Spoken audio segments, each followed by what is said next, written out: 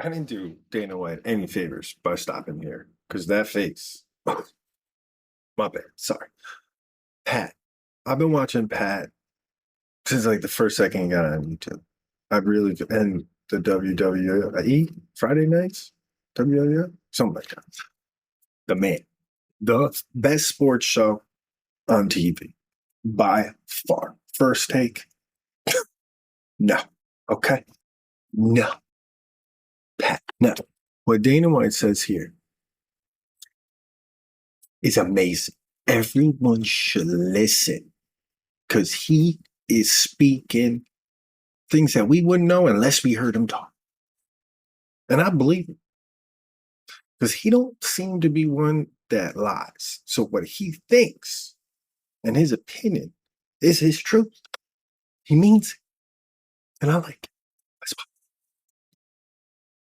Immediately following the shooting of President Trump in the year, the internet did a lot of things, but it said one of the trends that started was that he was flying to UFC Denver and he was going to walk out, because that's become like one of the staples of these UFC events is not only the celebrities that are in attendance, but the walk out whenever whoever seemingly comes. When President Trump comes, it obviously makes massive news, and it is always a massive pop. People thought that after saying fight, after getting shot in the ear, tackled by Secret Service, got to be able to holster a gun, tackled by Secret Service, then gets up, where's my shoes, please? These are good shoes. And then goes fight. And then people thought he was going to get on a plane from Butler, Pennsylvania, and go to Denver and show up at UFC and walk in front of an arena.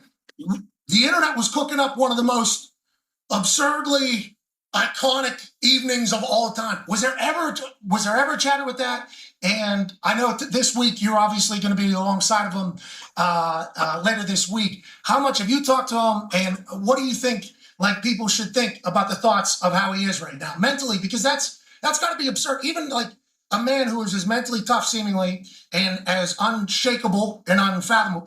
I mean, getting shot is a whole different animal. And his natural reaction is fight. Let's do that. I think he was going to say fuck him, but he said fight. I mean, that's either here or there. How is he? And what does your week look like? And was there ever a thought of him going to UFC Denver? No, he was never going to UFC Denver. I was on a plane to Italy. So he wouldn't go to the UFC unless I was there, number one. Number two, I've been saying this forever about this guy. He is one of the toughest, most resilient human beings that I've ever met in my life. And let me tell you what, everybody wants to act like a tough guy, right? Everybody wants to act like a tough guy. Well, when the shit goes down, you find out who tough guys are and who tough guys are not. This guy is the legitimate, ultimate American badass of all time.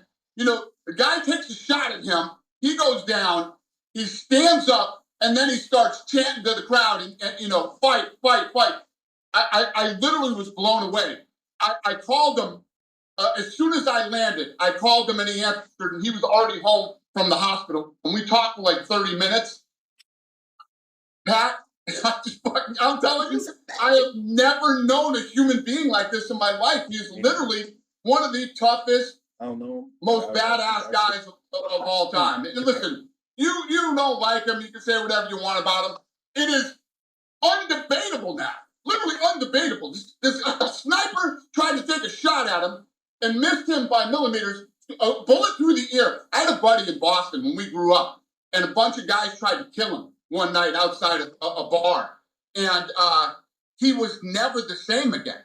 He was never the same. He literally moved out of South Boston and went down South Shore and was never the same again mentally after that happened to him. This guy is almost 80 years old. The guy tried to blow his head off. And to have the reaction that he did when he got up, this guy's been a friend of mine for 25 years, one of the greatest human beings I've ever met. He's an unbelievable friend, and he is forever now the ultimate American badass.